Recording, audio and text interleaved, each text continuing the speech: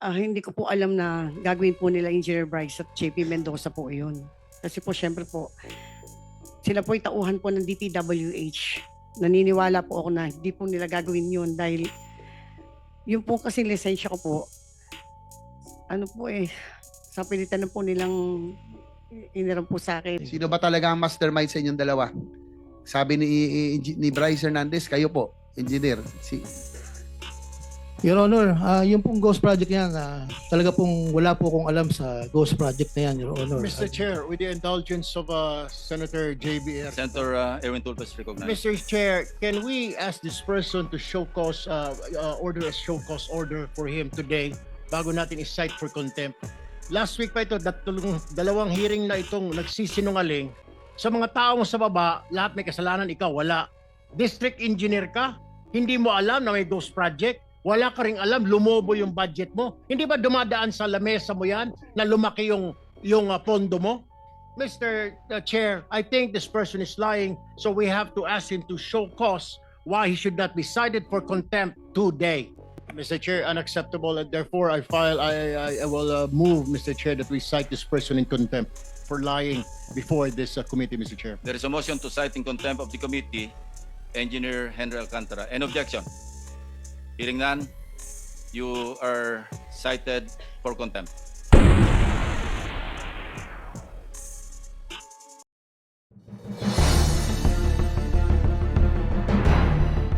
Senator JB. Sige po, Ma'am Sally, pakisalaysay na lang po yung ituloy natin ang inyong yung modus, yung pagkakaalam nyo dahil notorious itong first, Mr. Chair, yung first engineering district sa Bulacan. Ang kausap nyo, ang sabi nyo noon, pag sa aking pagkakaalala, si Engineer Bryce Hernandez at si Engineer JP Mendoza. Tama ho ba? Yes, Your Honor. Si Engineer Alcantara, hindi nyo po nakausap? Hindi po. So, ilan po, balikan natin, sino pa ho ang mga contractors na mga lisensya ang inyo pong nahiraman? Bukod po kay Wawaw, si Darcy and Ana po. Sino po? Si Darcy and Ana. Darcy and Ana. Nako, opo, nabanggit din sa tula. Sino pa ho? Yun lang po, Your Honor. Sa inyong pagkakalam, itong in-house contracting, ibig sabihin ho nito, Mr. Chair, in-house, meaning papeles lamang, no? Walang tunay na proyektong naisagawa. Pero parang pinalabas na meron, no? Dahil lisensya, ang sabi nyo, hinihiram lisensya nyo nila Bryce Hernandez at JP Mendoza para sa mga proyektong na ipanalo sa bidding. Tama ho ba? Yes, Your Honor. Ilan po ang ghost projects na sa tingin nyo alam? Bakit ito nagkaroon ng ghost projects sa inyong pagkakalam? Alam nyo ba na yung lisensya ay gagamitin para sa proyektong hindi naman talagang gagawin? Actually, Your Honor, hindi ko po alam na gagawin po nila Engineer Bryce at JP Mendoza po yun. Kasi po syempre po, sila po tauhan po ng DPWH. Naniniwala po ako na hindi po nila gagawin yun dahil yung po kasi lisensya ko po, ano po sa pilitan na po nilang iniram po sa akin, katulad po dun sa PL, basta tinawag na lang po nila na yung PL po ay ibibid. Tapos pinasa ko lang po yung technical ko po. Tapos sila na po ang bahala doon sa financial, sila na rin po ang gumawa, Your Honor. As kay Engineer Alcantara, ang sabi nyo na nakarang hearing ay kayo po'y pumipirma lamang at iniasa nyo lahat ito kala Engineer Bryce Hernandez at kay JP Mendoza, yung pong operasyon at halos lahat ng modus doon sa inyong Yung distrito. normal situation po kasi, involved po yung project engineer na siyang nakakaalam po ng project. Tapos pipirmahan po ng implementing section chief na nag-i-implement po ng project. So, susunod po yung mga tao na nakapirma. Sa amin po kasi, pag po nakapirma na po kasi yung mga nasa baba po sa akin, pinipirmahan ko na po yun.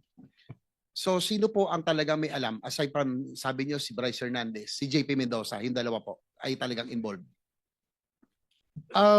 Doon po sa kwento kung paano nangyari, hindi ko po masabi po, no? Kasi sabi ko nga po nung nakaraan, na-discover ko lang po yan nung may nag-report po sa akin na certain na ang bago pong construction chief na si J.M. Ramos at si Engineer Galang po na nag-report po sa akin na di Andito umano. ba sila, Mr. Chair, sila J.M. Ramos at si Engineer Galang? Secretariat? Kasi po ay ang base sa inyo pong salaysay, nalaman nyo po na nagkaroon ng ganitong mga ghost project dahil po ayaw pumirma, tama ba? Ni Engineer J.M. Ramos? Yun po yung unang report niya sa akin. Tapos po, sinang-ayunan po yun ni Engineer Galang po. At later po, itong huli po, tinanong ko po yung project engineer na in charge kung bakit nakapirma sila. Meron pong alleged na wala. Yun lang po, Your Honor, Mr. Chair.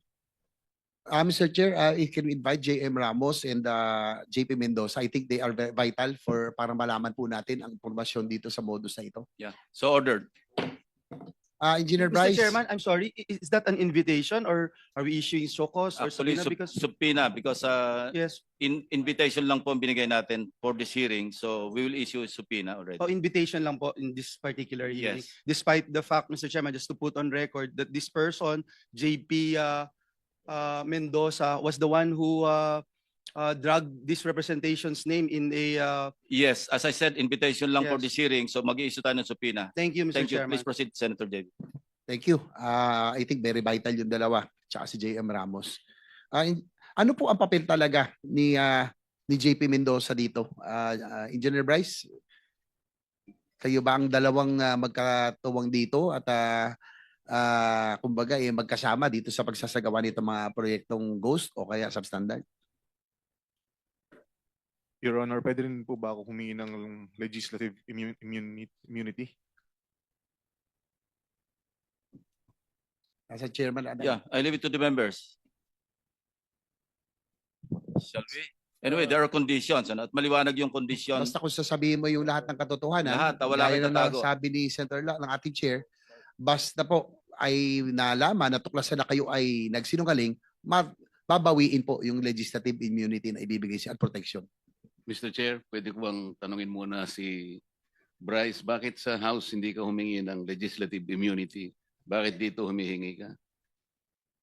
Your Honor, ngayon ko lang din po nalaman na meron po palang ganun na pwedeng gamitin. Pasensya na po kayo. Okay, that's clear. Senator JB. Engineer Bryce, sige, tuloy nyo. Ano po ang naging papel ni JP Mendoza dito? Siya ba ang arkitekto? Isa sa mga arkitekto na modus? Your Honor, actually, involved nga po si Engineer JP Mendoza, ako, at saka po si Boss Henry, at saka isa pa po naming project engineer. Sino yung isa pang engineer? Si Engineer Paul Duya po. Mr. Chair, ulit, baka if we can also subpoena that Engineer Paul Duya. So ordered.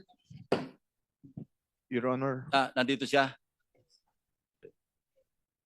Please proceed. Your Honor, approve po ba yung legislative immunity? Nag-roll na. Apo, maraming salamat po. So basta siguraduhin mo lang, totoo lahat ang sasabihin mo. Kasi may tatanungin din ako sa iyo. Opo. So ikaw, ito man na siguro yung modus mo para malaman ng committee because in aid of legislation, yan ang gusto natin malaman. Ituloy mo na lang.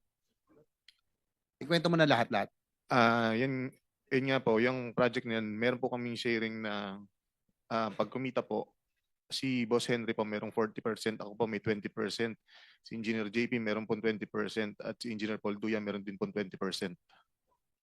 100, lampas na yan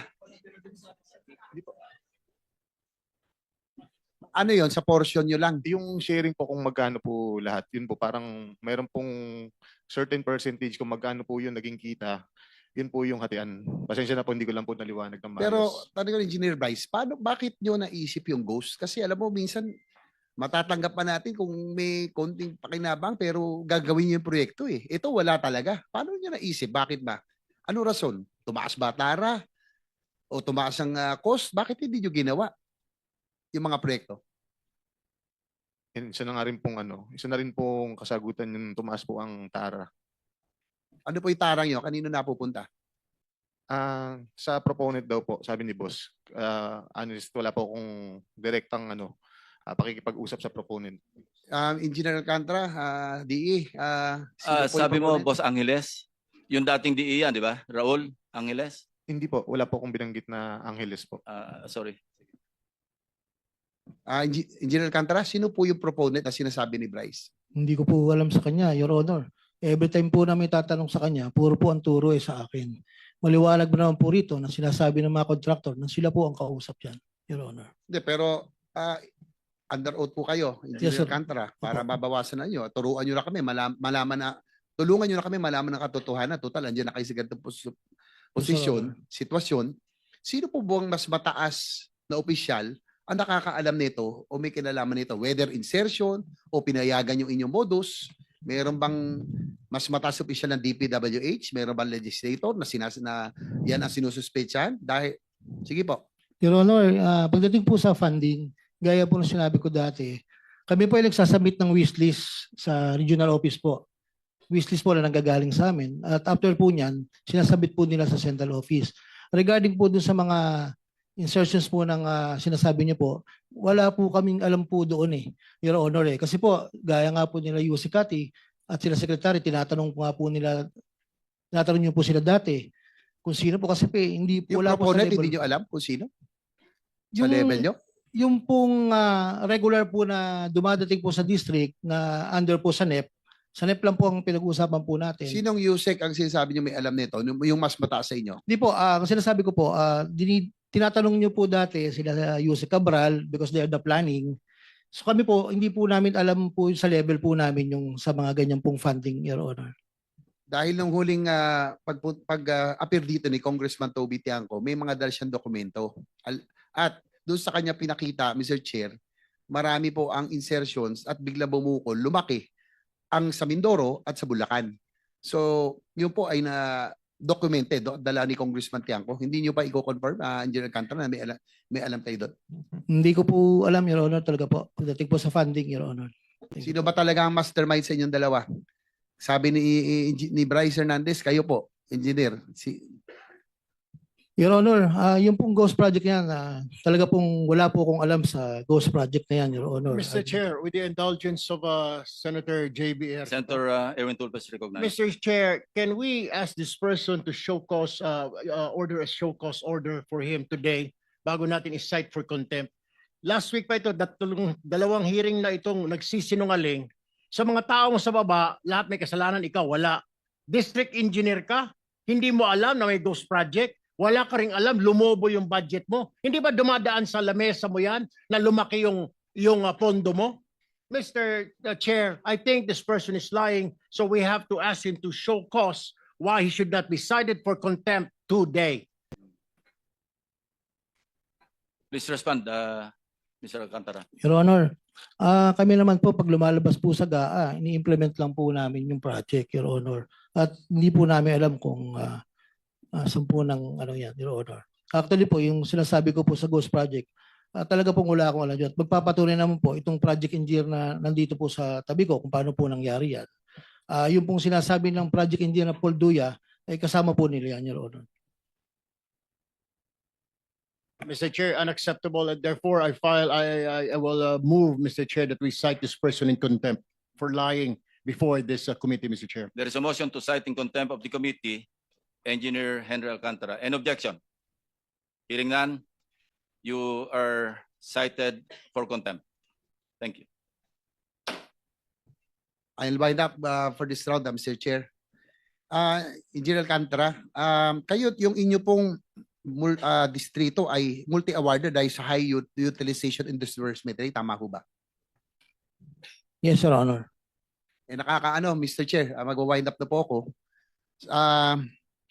Doon daw kasi, kahit na halimbawa, 30% pa lang ang progress billing ng contractor, ay 40 to 50% na raw ang sinasabi, ang nakukuha nilang cheque. Bakit ito nangyayari yun?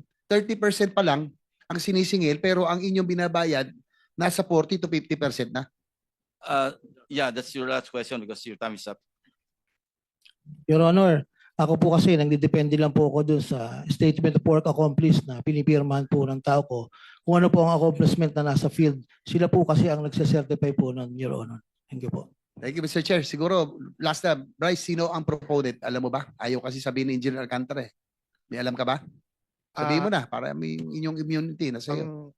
Ang sinasabi lang po sa amin ni Boss, wala po akong specific kagaya po nung sa iba na sa ibang senators po na nabanggit ni Boss. Pero dito po, wala po siyang specific na sinabi kung kanino po. Before I recognize Senator Amy, who's next in line, may papakita lang ako na slide. This will be a test of your credibility. ano nga yung slide, yung piles of cash na pinakita doon sa house.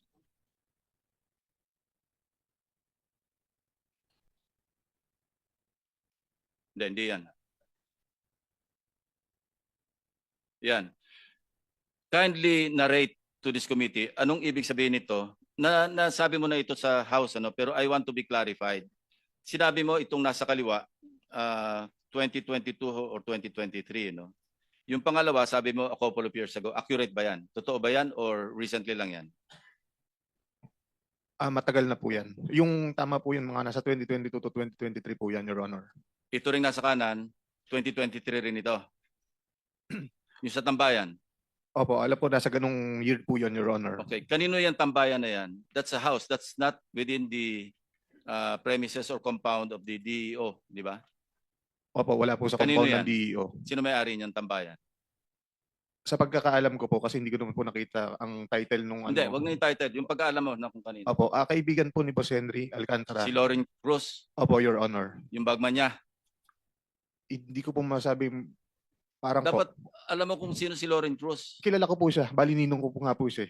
Kaya nga, Opo. so alam mong bagman siya. Kasi lahat ng mga dinodonate ni Henry Alcantara ng mga sasakyan kung kani-kanino, sa Alam- kanya nakapangalan yung invoice. Alam ko po. Oh, Opo. alam mo pala hindi ka nagsasabi ng totoo. Ang Your, sinasabi ko sa iyo, sabihin mo lahat yung totoo rito, wag ka na magpaikot-ikot. Your Honor, ang naging dating po kasi sa akin ng bagman is parang tagadala po ng pera. Pasensya na po kayo. Oo nga, Hindi ko lang po tagadala naintindihan. Tagatago ng pera, tagadala ng pera. Ang alam ko po, opo. Kasi kanya tong lugar, di ba? Yes, Your Honor. Oh. Sabi ko sa iyo, wag ka magpasikot-sikot. Mas marami pa akong alam sa iyo kaysa sa alam mo. Ha? Wag mo kami paikutin dito.